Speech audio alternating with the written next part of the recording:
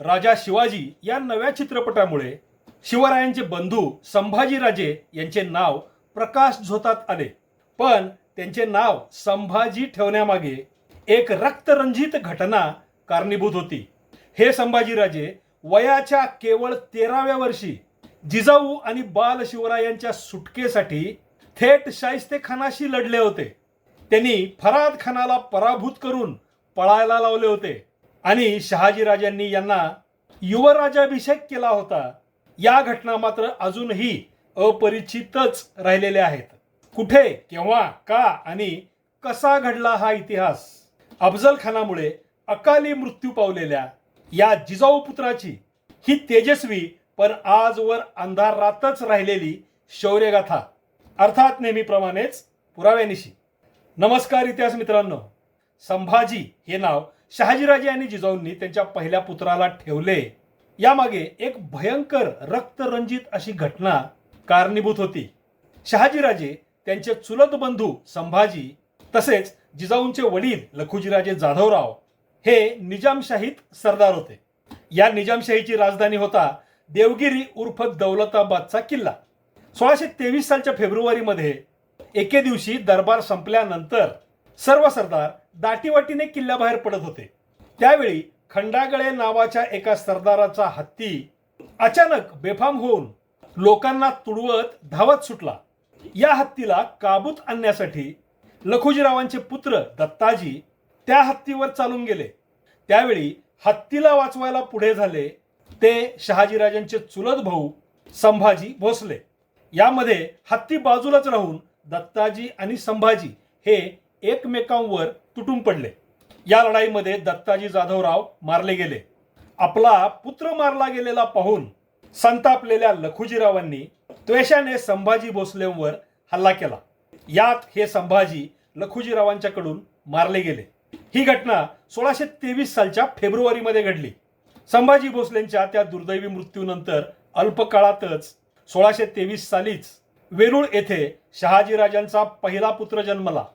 नुकत्याच मरण पावलेल्या लढवय्या संभाजी या आपल्या चुलत बंधूंचेच नाव शहाजीराजांनी त्यांच्या पुत्राला ठेवले. मरण पावलेल्या आजोबांचे नाव नातवाला किंवा जवळच्या भावकीतील महत्वाच्या मृत व्यक्तीचे नाव त्यानंतर जन्मलेल्या मुलाला ठेवण्याची प्रथा त्या काळी होती. यामुळेच पहिल्या शहाजी पुत्राचे नाव संभाजी ठेवण्यात आले. यावेळी शहाजीराजे जिजाऊंच्या सह वेरूळ येथेच राहत होते, कारण वेरूळ हेच भोसले घराण्याचे वास्तव्याचे पूर्वापारचे ठिकाण होते. इथेच शहाजीराजांचे वडील मालोजीराजे भोसले यांची गडी होती. तिचे अवशेष आजही वेरूळमध्ये आहेत. भोसल्यांचे श्रद्धास्थान असलेले मालोजीराजांनी जीर्णोद्धार केलेले श्री घृष्णेश्वर ज्योतिर्लिंग मंदिर हे सुद्धा वेरूळमध्येच आहे. खंडागळेंच्या त्या हत्ती प्रकरणानंतर 6 वर्षांनी दख्खनचा संपूर्ण मुलूक हादरवणारी एक अत्यंत भयंकर अशी घटना घडली. दौलताबादच्या किल्ल्यामध्ये निजामशहाने लखुजीरावांची, त्यांचे 2 पुत्र अचलोजी आणि रघुजी आणि नातू यशवंतराव यांची कट रचून दगलबाजीने अत्यंत क्रूरपणे भर दरबारात हत्या केली. या दिवशी तारीख होती 25 जुलै 1629. या भयंकर प्रकारामुळे लखुजीरावांचे बंधू भूतजीराव मोगलांना म्हणजे शहाजहानला सामील झाले. लखुजीरावांच्या पत्नी म्हाळसाई, लखुजीरावांसोबत मारल्या गेलेल्या अचलोजींचे पुत्र संताजी यांच्यासह जिजाऊंकडे गेल्या. हे संताजी म्हणजे जिजाऊ पुत्र संभाजीराजांचे सख्खे मामे भाऊच होते. संभाजीराजांच्या बरोबरच हे संताजी लहानाचे मोठे झाले आणि ते अखेरपर्यंत संभाजीराजांच्या सोबतच होते. लखुजीरावांची हत्या झाली त्यावेळी शहाजीराजे परांड्याला होते. यावेळी जिजाऊ गर्भवती होत्या आणि त्यांच्या पोटात होते शिवराय. निजामशहाने आपल्या सासऱ्यांची अशी दगलबाजीने हत्या केल्याची बातमी कळताच शहाजीराजांचा संताप उफाळून आला. ज्यांची इमानदारीने सरदारी करावी त्या सुलतानाने बिनदिक्कतपणे मातब्बर सरदार असलेल्या आपल्या सासऱ्याला थेट मारून टाकावे, हा प्रकार शहाजीराजांच्या सहनशक्तीच्या पलीकडील ठरला.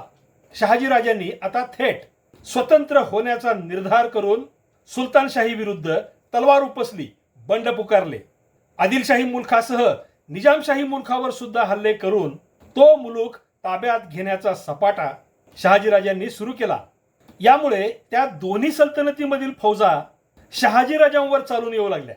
आदिलशाही सरदार मुरार जगदेव याने शहाजीराजांच्या जहागिरीतील महत्वाचे गाव असलेले पुणे जाळून लुटून उद्ध्वस्त करून टाकले. शहाजीराजांसाठी आता प्रचंड धावपळीचा आणि संघर्षाचा काळ सुरू झाला.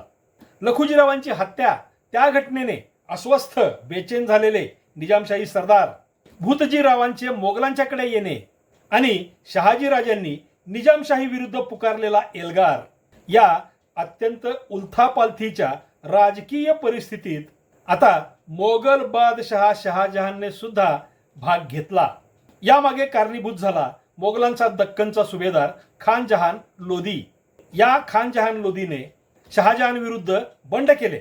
याचा मुख्य आणि खास सरदार होता दर्या खान रोहिला. खान जहानला आणि दर्या खानाला निजामशहाने आश्रय दिला आणि शहाजहानचे शत्रुत्व ओढवून घेतले. शहाजहानने खान जहानचा मोड करून निजामशहाला धडा शिकवण्यासाठी आझम खान या सेनानीची नेमणूक केली. या आझम खानाने शहाजी राजांची कर्तबगारी आणि ताकद ओळखून त्यांना मोगलांकडे घेण्याचा प्रयत्न सुरू केला. शहाजीराजांनी तो प्रस्ताव स्वीकारला, कारण आदिलशाही आणि निजामशाही या दोन्ही सल्तनती यावेळी शहाजीराजांच्या शत्रू झाल्या होत्या. त्यामुळे आता मोगलांच्या साथीने आपला हेतू साध्य करण्यासाठी शहाजीराजांनी मोगलांशी हात मिळवणी करण्याचा निर्णय घेतला. आझम खानाने हे शहाजहानला कळवताच शहाजहानने शहाजीराजांना 5,000 मनसबदारी बहाल केली आणि त्यासोबत एक रत्नजडित खंजीर, निशान नगाऱ्यासह मानाचा पोशाख आणि 2 लाख रुपये भेट दिले. विशेष म्हणजे यावेळी शहाजहानने शहाजीराजांचे पुत्र संभाजीराजे यांना सुद्धा 2,000 मनसबदारी दिली. शहाजी पुत्र संभाजीराजे यावेळी केवळ 6 वर्षाचे होते. आझम खानाने शहाजीराजांवर जुन्नर आणि संगमनेर भाग कब्जात घेण्याची कामगिरी सोपवली. बंडखोर दर्याखान रोहिला हा याच भागात होता. शहाजीराजे गर्भवती जिजाऊ आणि संभाजीराजांसह जुन्नरकडे आले तेव्हा जिजाऊंना बाळंतपणासाठी एखाद्या सुरक्षित आणि खात्रीच्या जागी ठेवणे शहाजीराजांना आवश्यकच झाले होते आणि यासाठी शहाजीराजांनी निवडला जुन्नर गावालगतचा शिवनेरी किल्ला. शहाजीराजांनी हाच किल्ला निवडण्यामागे एक खास कारण होते. या किल्ल्याचे निजामशाही किल्लेदार होते विश्वास राजाच्या कुळातील सिद्धपालाचे पुत्र विजयराज आणि विश्वास राजांची कन्या दुर्गाबाई या शरीफजी राजे भोसलेंच्या पत्नी होत्या. शहाजीराजांचे धाकटे बंधू असलेल्या या शरीफजींचा दुर्गाबाईंशी विवाह अंदाजे 1612 साली झाला होता. म्हणजे विश्वासराज हे शरीफजी राजांचे सासरे आणि विजयराज हे शरीफजी राजांचे मेहुणे होते. म्हणून शहाजीराजांनी आपल्या बंधूंच्या सासूरवाडीत म्हणजे शिवनेरी गडावर जिजाऊंना प्रसूतीसाठी ठेवण्याचा निर्णय घेतला आणि त्याबरोबरच हे जुने नाते आणखीन बळकट करण्यासाठी शहाजीराजांनी आणखीन एक शुभविवाह निश्चित केला. विजयराजांची कन्या जयंतीबाई ही आपली सून म्हणून शहाजीराजे आणि जिजाऊंनी पसंत केली. 1629 सालच्या नोव्हेंबरमध्ये संभाजीराजे आणि जयंतीबाई यांचा विवाह शिवनेरीवरच मोठ्या समारंभासह संपन्न झाला. जयंतीबाई या जिजाऊंच्या पहिल्या सूनबाई झाल्या. शिवनेरीचे किल्लेदार असलेले विजयराज आता दुहेरी नात्याने शहाजीराजांशी जोडले गेले आणि जिजाऊंच्या बाळंतपणासाठी म्हणजे शिवजन्मासाठी अशा प्रकारे शिवनेरी गडच निश्चित झाला. संभाजीराजांचा लग्न सोहळा आटोपताच शहाजीराजे तातडीने शिवनेरीवरून दर्याखानाच्या पाठलागावर निघाले. यावेळी शहाजीराजांनी संभाजीराजांना जिजाऊंसह शिवनेरीवरच ठेवले होते. शहाजीराजे स्वजनांना म्हणजे कुटुंबियांना शिवनेरीवर ठेवून गेले असाच उल्लेख शिवभारत या महत्वाच्या ग्रंथामध्ये आहे. शहाजीराजे दर्याखानावर चालून गेले आणि इकडे 19 फेब्रुवारी 1630 रोजी शिवनेरी गडावर जिजाऊंच्या पोटी शिवरायांचा जन्म झाला. दर्याखानाचा मोड करून शहाजीराजे पुन्हा शिवनेरीवर आले आणि त्यांनी प्रथमच आपले नुकतेच जन्मलेले धाकटे पुत्र पाहिले. शहाजहानने जुन्नर, संगमनेर, नाशिक आणि त्र्यंबक हा भाग शहाजीराजांना जहागिरी दाखल दिला होता. पुढची 2 वर्षे शहाजीराजे या मुलखावरील आपली पकड मजबूत करीत होते. 1632 साली निजामशाही वजीर फत्ते खान याने शहाजहानशी हात मिळवणी करून विजापूरच्या आदिलशाहीवर हल्ला करण्याचा उपक्रम चालू केला. यावेळी शहाजहानने शहाजीराजांना दिलेली जहागीर फत्ते खानाच्या मुलाला दिली. शहाजहानने आपल्याला अशा प्रकारे बाजूला सारल्याने त्या अपमानामुळे संतापलेल्या शहाजीराजांनी त्या संपूर्ण भागासह त्यातील सर्व किल्ले आपल्याच ताब्यात ठेवले आणि थेट आदिलशहाशी संधान साधले. यावेळी आदिलशहाने संभाजीराजांना कर्नाटकातील गदग परगण्यातील सर्व गावांचा मोकासा दिला. या आदिलशाही फरमानाची तारीख आहे 23 जुलै 1632. शहाजीराजांचे पुत्र संभाजीराजे आता आदिलशाही सरदार झाले, जहागीरदार झाले. यावेळी त्यांचे वय होते अवघे 9 वर्षे. यानंतर शहाजीराजांनी एक फार मोठा आणि महत्वाकांक्षी असा डाव टाकला. शहाजीराजांनी त्यांच्या ताब्यातील मुलूक आणि किल्ले यांच्या बळावर आणि पदरच्या 12,000च्या फौजेच्या सामर्थ्यावर हे धाडस केले होते. निजामशहाच्या वंशातील एक लहान मुलगा शहाजीराजांनी ताब्यात घेतला आणि त्यांनी थेट पेमगिरी येथे त्यांच्या ताब्यातील त्या निजामशाही मुलावर छत्र धरून नव्या निजामशाहीची जाहीर घोषणा केली. तिकडे मूळ निजामशाहीचा वजीर फत्ते खान याच्यावर शहाजहानचा दबाव वाढू लागताच फत्ते खानाने थेट आदिलशहाशी बोलणी चालू केली. यामुळे चिडलेल्या शहाजहानने मोगल सेनापती महाबत खान याला दौलताबादचा किल्ला म्हणजे निजामशाहीची राजधानी काबीज करून निजामशाहीचा अंत करण्याची आज्ञा दिली. 17 जून 1633 रोजी महाबत खानाने वेढा घालून दौलताबादचा किल्ला जिंकला आणि सुमारे 150 वर्षे जुन्या निजामशाही सल्तनतीचा अंत झाला. निजामशाही संपताच तिच्यातील बहुतांश मराठे सरदार हे शहाजीराजांना जाऊन मिळाले. एका कर्तबगार मराठा प्रमुखाच्या हाताखाली झेंड्याखाली बहुसंख्य मराठे स्वतंत्र सत्तेच्या ध्येयासाठी एक होण्याची ही महाराष्ट्राच्या इतिहासातील पहिली घटना होती. शहाजीराजांची ताकद आता यामुळे खूपच वाढली. या वेळेपर्यंत म्हणजे 1633 सालापर्यंत संभाजीराजे हे शिवनेरी गडावरच होते, कारण जुन्नर हे शहाजीराजांच्या हालचालीचे मुख्य केंद्र होते. जवळपास राजधानीच होती. या जुन्नर लगत असलेल्या शिवनेरी गडावर पुढे युगप्रवर्तक ठरलेल्या आपल्या धाकट्या बंधूंच्या म्हणजे लहानग्या शिवबांच्या बाललीला पाहण्यात, त्यांच्याबरोबर खेळण्यात, त्यांचे कौतुक करण्यात संभाजीराजांचे हे दिवस आनंदात गेले होते. पण 1633 साली शहाजीराजांनी स्वतंत्र सत्ता स्थापन करताच परिस्थिती एकदम बदलली. आता शहाजहान आणि आदिलशहा हे एक होऊन शहाजीराजांना नेस्तनाबूत करण्यासाठी हल्ले करू लागले. 1633च्या सुमारास जिजाऊ बाल शिवरायांना घेऊन सिंदखेड राजा या त्यांच्या माहेरी गेल्या होत्या. त्यावेळी संभाजीराजे जिजाऊंसोबत गेले नव्हते. म्हणजे त्याच वेळी शहाजीराजांनी संभाजीराजांना मात्र आपल्या सोबत ठेवले होते. संभाजीराजांनी आता प्रत्यक्ष राजकीय आणि लष्करी कामात भाग घ्यायला आपल्या पित्याच्या देखरेखीखाली सुरुवात केली. यावेळी त्यांचे वय होते 10 वर्षे. 1.5-2 वर्षे सिंदखेड राजाला राहून जिजाऊ बाल शिवरायांच्या सह पुन्हा शिवनेरी गडावर आल्या. यानंतर वर्षभरातच 1635च्या सुमारास मोगल बादशहा शहाजहान स्वतः दौलताबादला आला. कारण शहाजीराजांचा मोड करणे हे सोपे काम नाही हे त्याला माहिती होते.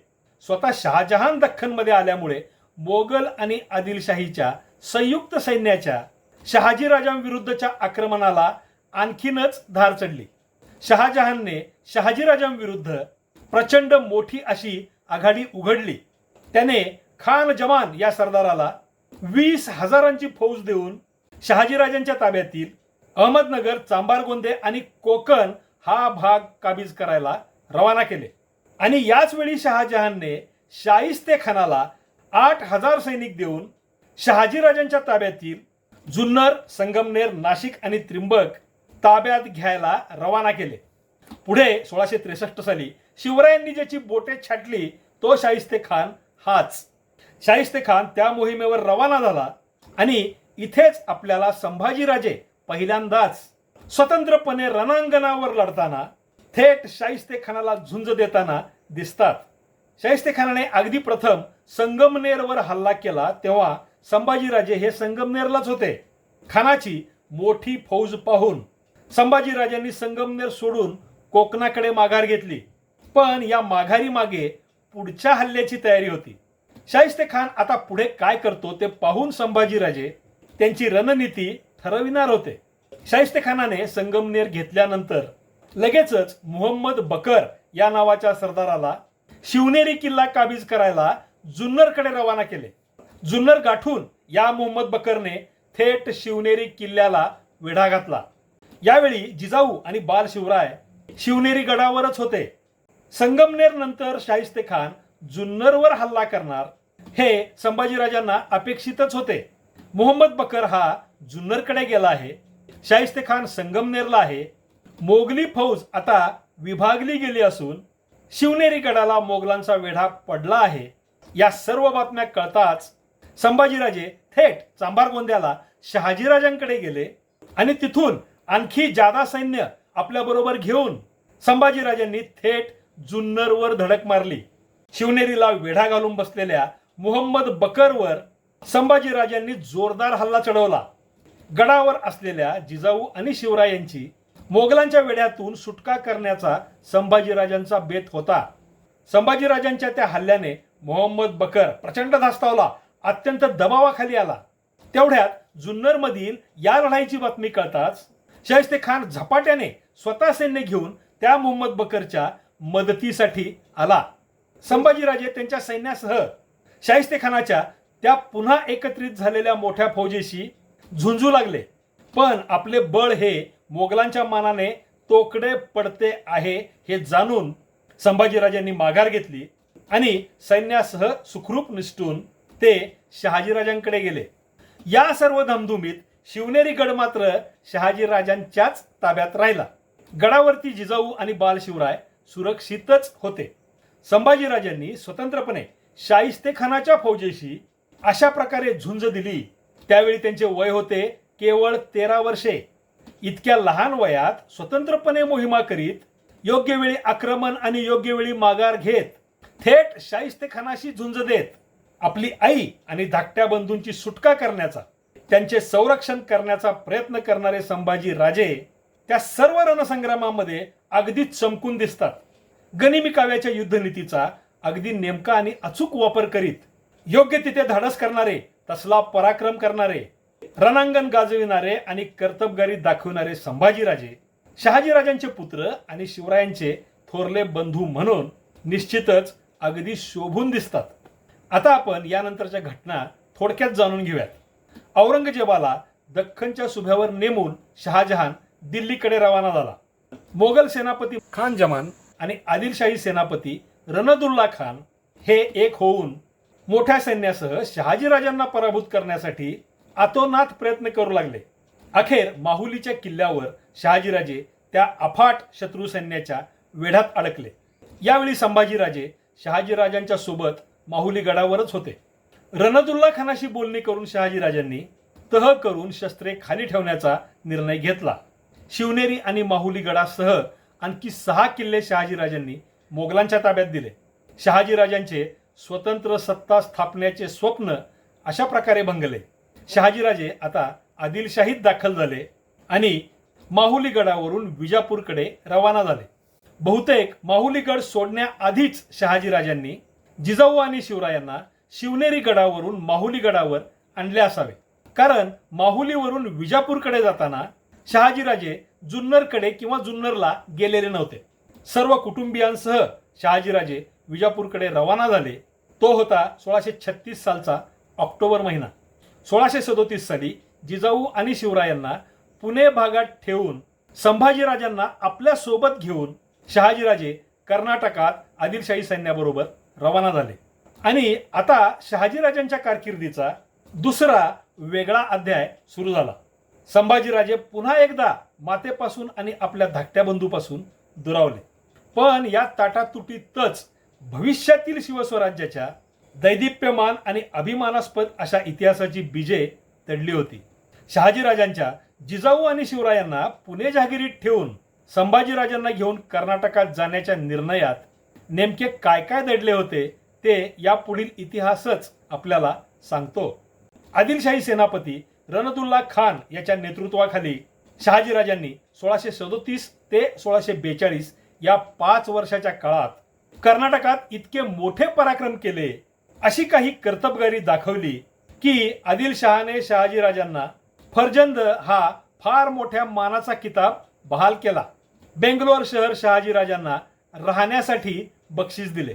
शहाजीराजांच्या या लष्करी कामगिरीत संभाजीराजे आपल्या या मातब्बर पित्यासोबत राहून मिळेल ती पडेल ती जबाबदारी पार पाडत लढायांमध्ये, रणनीतीमध्ये आणि प्रशासनाच्या इतर कारभारामध्ये नव्या नव्या गोष्टी शिकत प्रगती करीत होते. इकडे जिजाऊ आणि शिवराय पुणे भागातील खेडेबारे येथे 1.5-2 वर्षे राहिले. तिथे शहाजीराजांच्या आज्ञेनुसार शिवरायांच्या नावे पेठ शिवापूर हे नवीन गाव दादोजी कोंडदेवांनी वसविले. शिवरायांसाठी लाल महाल बांधला आणि त्याच्या जवळच संभाजीराजांसाठी सुद्धा एक स्वतंत्र महाल बांधण्यात आला. जिजाऊ आणि शिवरायांना कायमस्वरूपी पुणे जहागिरीत ठेवण्यासाठी ही सर्व तरतूद शहाजीराजांनी केली होती. इसवी सन 1640 साली जिजाऊ आणि शिवराय पुण्याहून बेंगलोरला शहाजीराजांकडे गेले. जवळपास 3-3.5 वर्षांनी हे सर्व कुटुंब पुन्हा बेंगलोरला एकत्र आले. संभाजीराजे आणि शिवराय हे सख्खे बंधू 2 वर्षे बेंगलोरला एकत्रच होते. 1642 साली जिजाऊ आणि शिवरायांना पुण्याला परत पाठवताना शहाजीराजांनी एक वेगळीच आणि अत्यंत महत्त्वाची अशी व्यवस्था करून दिली. त्यांनी शिवरायांसोबत एक सर्व प्रकारची कामे करणारे मंत्रिमंडळ, काही सैन्य, स्वतंत्र ध्वज वगैरे सर्व देऊन एखाद्या छोट्या राजाप्रमाणे शिवरायांची सर्व व्यवस्था केली होती. या जाम्यानिम्यासह शिवराय आणि जिजाऊ पुण्याला आले. 1642 साली या कुटुंबाची पुन्हा ताटातूट झाली. पण यावेळी या मागील शहाजीराजांचा एक खास हेतू उघड होतो. शहाजीराजांना आपल्या धाकट्या पुत्राकडून म्हणजे शिवरायांकडून महाराष्ट्रात स्वतंत्र राज्य निर्माण होण्याची अपेक्षा असावी. संभाजीराजांना आपल्यासोबत कर्नाटकात ठेवण्यात संभाजीराजांनी कर्नाटकात स्वतंत्र होऊन राज्य स्थापना करावी हा शहाजीराजांचा दुसरा हेतू असावा. जे आपल्याला जमले नाही ते आपल्या किमान एका किंवा दोन्ही पुत्रांकडून साध्य व्हावे ही शहाजीराजांची दूरदृष्टी होती आणि शहाजीराजांच्या मनात नेमके हेच होते हे सिद्ध करणाऱ्याच घटना यानंतर घडलेल्या आहेत. 1642 साली पुण्याला परत आलेल्या शिवरायांनी 1645 साली आपला उद्योग सुरू केला आणि पुढच्या 2 वर्षात राजगड, तोरणा आणि कोरीगड हे किल्ले कब्जात घेऊन मावळातील वीरांना आपल्या सोबत घेऊन स्वराज्य स्थापनेचा पाया तयार करायला सुरू केले. 1648 साली शिवरायांनी सिंहगड घेतला आणि यामुळे विजापूरचा मोहम्मद आदिलशहा खडबडून जागा झाला. आदिलशाहीमधील इतका बलाढ्य, महत्वाचा आणि मोक्याच्या ठिकाणावरचा किल्ला हिसकावून घेणाऱ्या शिवरायांना नेस्तनाबूत करण्यासाठी त्यांचा नीट बंदोबस्त करण्याचा निश्चय आदिलशहाने केला. 1648 सालच्या जुलैमध्ये आदिलशाही सरदार मुस्तफा खानाने तामिळनाडूतील जिंजी किल्ल्यापाशी विविध आरोप ठेवून शहाजीराजांना दग्याने कैद केले. कैद केलेल्या शहाजीराजांना अफजल खानाने बेड्या घालून मिरवत विजापुरात आदिलशाही दरबारात नेले. वडिलांना कैद केल्याची घटना कळताच बेंगलोरला असणारे संभाजीराजे आणि पुणे भागात असलेले शिवराय या दोन्ही बंधूंना फार मोठा प्रचंड धक्का बसला. शहाजीराजांच्या जीवाचेच बरे वाईट होण्याचे भयंकर संकट आता आवासून उभे राहिले होते आणि हे कमी होते म्हणूनच की काय, त्याच सुमारास आदिलशहाने 2 मोठ्या फौजा संभाजीराजांचा आणि शिवरायांचा नायनाट करण्यासाठी रवाना केल्या. मोठी फौज घेऊन फत्ते खान हा सरदार शिवरायांच्या मुलखाकडे येऊ लागला आणि फराद खान, तानाजी डुरे, विठ्ठल गोपाळ हे सरदार सुसज्ज सैन्यासह बेंगलोर भागातील संभाजीराजांवर हल्ला करण्यासाठी रवाना झाले. आदिलशहाने अशी जबरदस्त आघाडी उघडल्याने आता संभाजीराजे आणि शिवराय या बंधूंसमोर एकतर आदिलशहाला सपशेल शरण जाणे किंवा उघडपणे आदिलशाही विरुद्ध युद्ध करून आपला आदिलशाही सत्ता ठोकरण्याचा निर्धार दाखविणे हे दोनच पर्याय होते. या दोन्ही बंधूंनी यावेळी दुसरा पर्याय निवडला. आपल्या पित्याला आदिलशहाने कैद केल्याचे ऐकून संतप्त झालेल्या संभाजीराजांनी फराद खानाशी लढण्याचा निर्धार केला आणि शिवरायांनी शहाजीराजांची झालेली दशा ऐकून आदिलशहाचा सूड घेण्याची प्रतिज्ञा केली. इथेच आपल्याला शहाजीराजांची दूरदृष्टी अगदी उघडपणे दिसते. आपले काहीही झाले तरी, तसेच आदिलशहाशी थेट लढण्याचा प्रसंग आला तरी आपल्या दोन्ही पुत्रांनी कसल्याही दबावाखाली न येता आदिलशहा युद्ध करून लढाऊ बाणा दाखवत स्वतंत्रतेचा मार्ग पत्करावा, हे शहाजीराजांनी त्यांच्या दोन्ही पुत्रांच्या मनात ठसवून ठेवल्याचाच हा परिणाम होता. या पहिल्या अग्निपरीक्षेत संभाजीराजे आणि शिवराय शहाजीराजांच्या अपेक्षेप्रमाणेच वागले आणि इतकेच नाही तर त्या भयंकर संकटाचा नाश करून विजयी सुद्धा झाले. फत्तेखानाशी झुंजण्यासाठी शिवरायांनी त्यांच्या मुलखाच्या सीमेवरचा पुरंदर किल्ला निवडला आणि तिथे झालेल्या लढाईत फत्तेखानाचा सडकून पराभव केला. तिकडे संभाजीराजांनी बेंगलोरला झालेल्या रणसंग्रामात फराद खानाच्या अफाट सैन्याला पराभवाची धूळ चारली. त्या दोन्ही आदिलशाही फौजा मार खाऊन परत विजापूरकडे पळाल्या. यातील महत्वाची बाब म्हणजे शहाजीराजांच्या या दोन्ही पुत्रांच्या प्रतिक्रिया म्हणजे शहाजीराजांनी पाहिलेले स्वप्न प्रत्यक्षात उतरायचा शुभारंभच होता. आदिलशहाच्या दोन्ही फौजांचा दोन शहाजी पुत्रांनी सफाईदारपणे सुपडा साफ केला होता, पण अजूनही शहाजीराजे आदिलशहाच्या कैदेतच होते, त्याच्या ताब्यातच होते. पराभवाने संतप्त झालेल्या आदिलशहाने शहाजीराजांना कसलाही धक्का न लावता शहाजीराजांची सुटका करावी म्हणून शिवरायांनी यावेळी एक अफलातून असा डाव टाकला. पुरंदरच्या विजयापाठोपाठ शिवरायांनी दख्खनमध्ये असलेला शहाजहानचा मुलगा शहजादा मुराद बक्ष याच्याशी संपर्क साधून त्याच्या मार्फत आदिलशहावर दबाव आणून शहाजीराजांची सन्मानाने सुटका करायला आदिलशहाला भाग पाडले.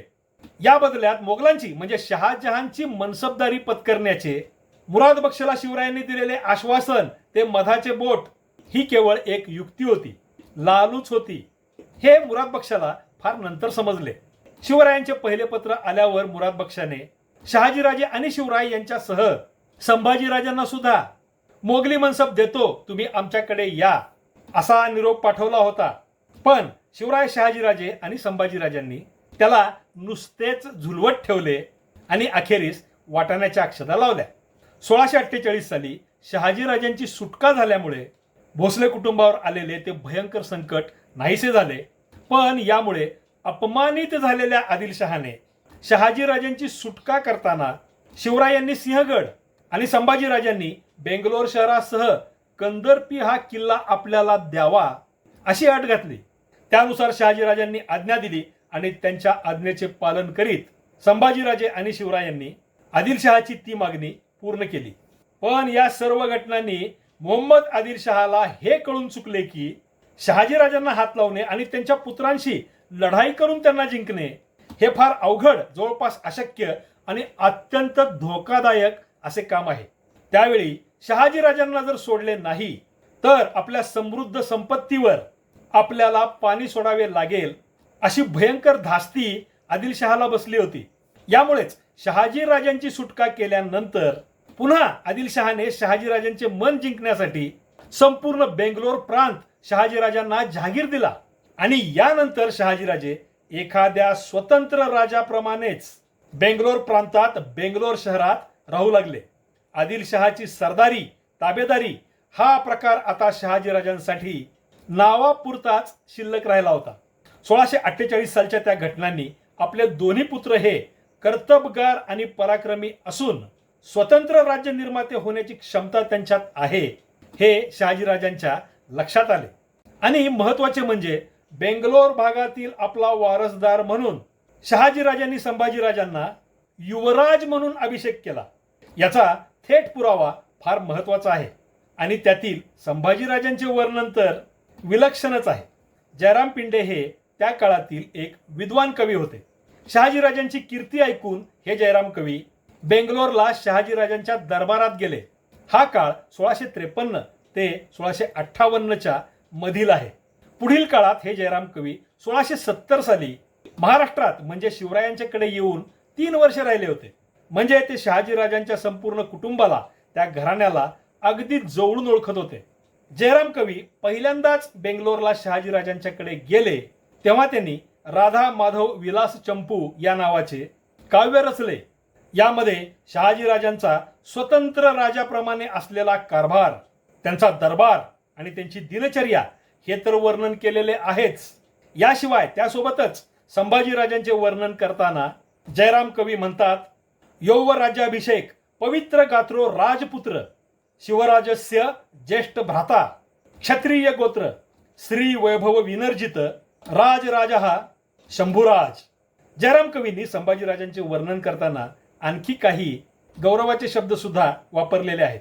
यामध्येच आणखीन एक महत्वाची बाब म्हणजे शहाजीराजांच्या दरबारामध्ये जे संभाषण संभाजीराजांनी जयराम कवींशी केले ते शुद्ध संस्कृतमध्ये केले होते. युवराज संभाजीराजे हे संस्कृत भाषेचे चांगले जाणकार होते हे यातून आपल्याला अगदी स्पष्टपणे कळते.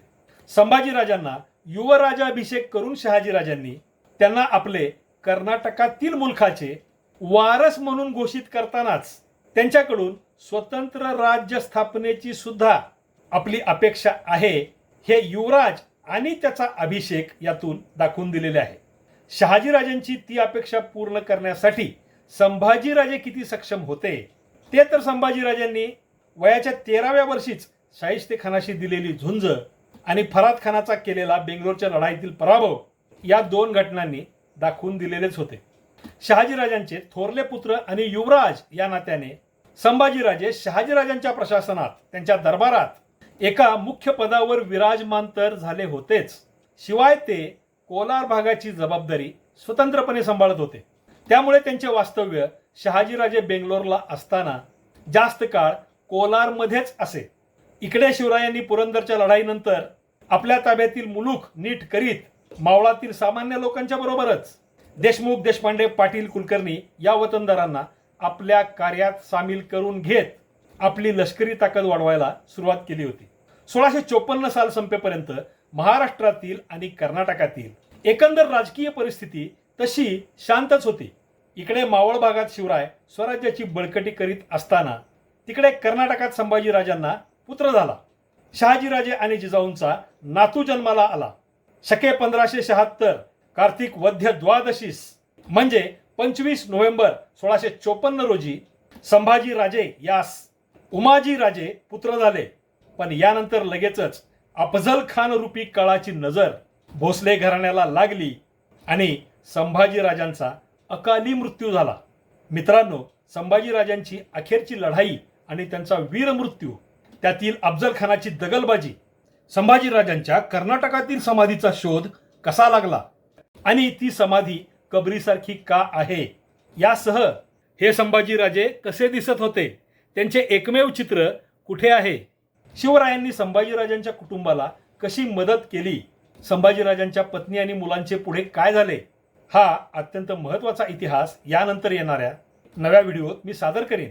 तो दुसरा भाग तर तुम्ही पाहालच, पण या पहिल्या भागातील संभाजीराजांचा अपरिचित पण शौर्यशाली इतिहास तुम्हाला कसा वाटला ते कमेंटमध्ये जरूर सांगा.